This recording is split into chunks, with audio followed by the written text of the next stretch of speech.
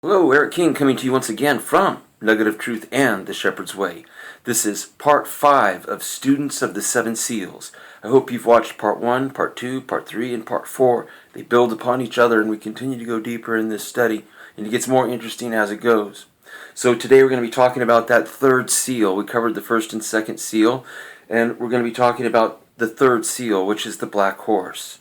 And we read about this, the opening of this seal in Revelation chapter 6 and verse 5.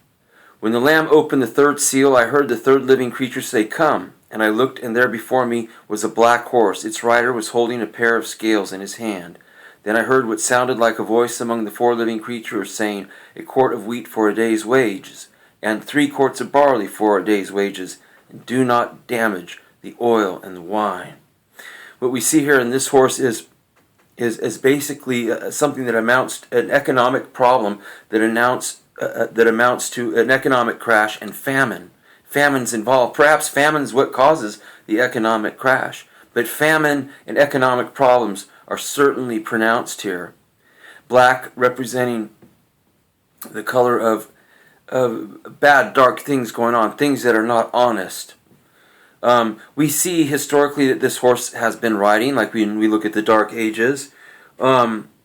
We see that a lot of times this horse follows the aftermath of the first white horse riding, conquering to conquer, and the second seal, the second horse creating war, that famine does follow, and economic problems can follow the riding of those two horses. We know that throughout time this is a continuation of what goes on in the kingdoms of this world. We see the riding of these horses. We know that historically also, commercial and trade, which the balances represent, is documented as becoming something very powerful during the Phoenician Semitic early race practicing this commercial trade. And the two great centers of early trading were Sidon and Tyre. And that's recorded in Isaiah chapter 23 and verse 8. Now, we also know historically that we've experienced famines, that this horse is ridden, and we've experienced famines. Between 1050 AD and 1350, severe famines struck all known lands.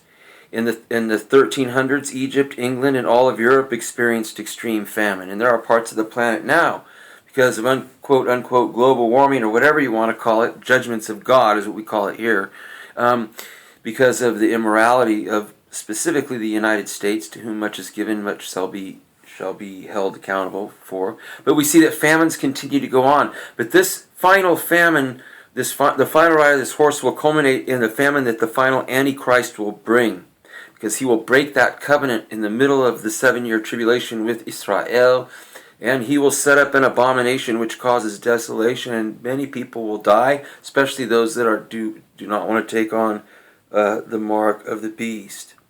Now we also note that in this one it says that a quart of wheat for a day's wages, and that is extreme. That's a whole day's wage just to buy food. That would be like spending all the money you make in one day just to buy your day's wage of food. And so it's going to be a time of struggling. But it says, "Do not hurt the oil." They're commanded not to hurt the oil or damage the oil and the wine. Number one, oil and wine were owned by rich people, and only rich people had the benefit of those things, and they perhaps will be able to protect it during the time of tribulation, more so than poor people would. But oil and wine, more importantly, represents medicine, stuff they used for medicine back in the day.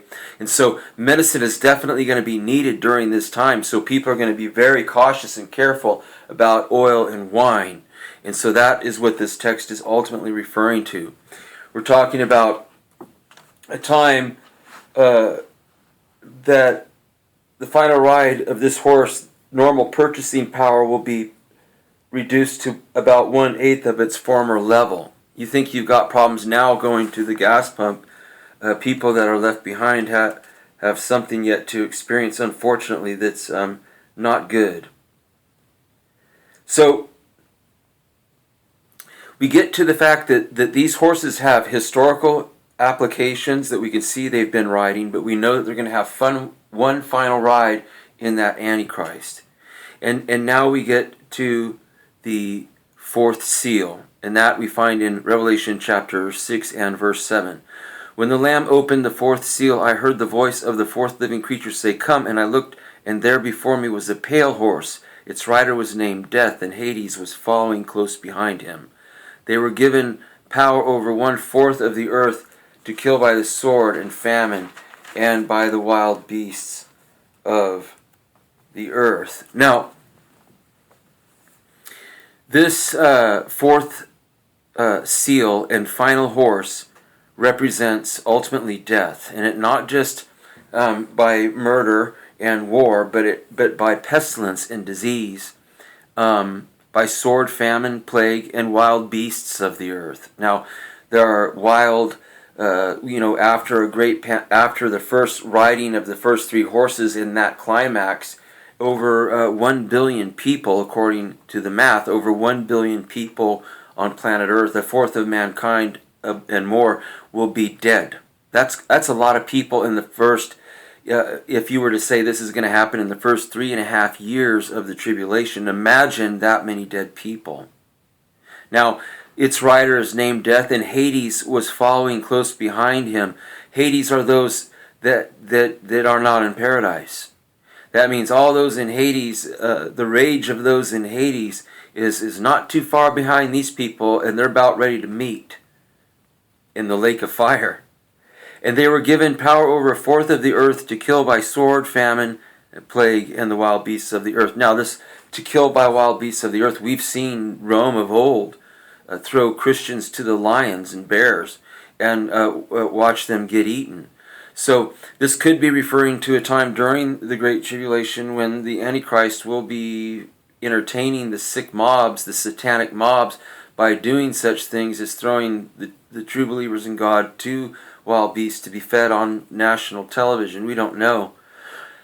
It's not going to be pretty one way or the other. We also know that to be fed to the wild beasts is to be fed to the government. Daniel noticed the 4 great kingdoms of his time in the apocalyptic book of Daniel. God showed them to Daniel for how God sees the kingdoms of this world. God sees them as beasts. God sees them as untamed beasts. And the beasts of the world will eat up those during the tribulation. It says that power is given unto him to have power over the saints during the great tribulation. And that's also in the book of Revelation, which also shows that this individual is somebody that's in a different period than the church period. Because Jesus will build his church, and the gates of Hades will not prevail against it, will not be following close behind it or anything of this nature. The church will have already been harpazo when this final horse ride occurs. So we see that in the fourth horse that it's not going to be a fun time. Now, all the horses denote war, famine, economic nightmares, death, and devastation. Of course, we're seeing that now. We're witnessing that as what we call the pre-rapture ride of these horses. And I would encourage you to go to the Shepherd's Way, Eric King.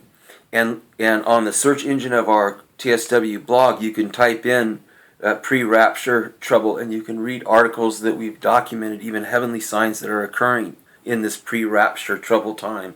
We're going to see the riding of these horses continue in our pre-rapture time, but we're not going to see their final culmination in judgment, because we will be, by God's grace, caught up and caught out, harpazo. But in the meantime, we're to warn the world. In Luke it says, Jesus says, when you see these things that we're talking about here, lift up your head, because your redemption draweth nigh.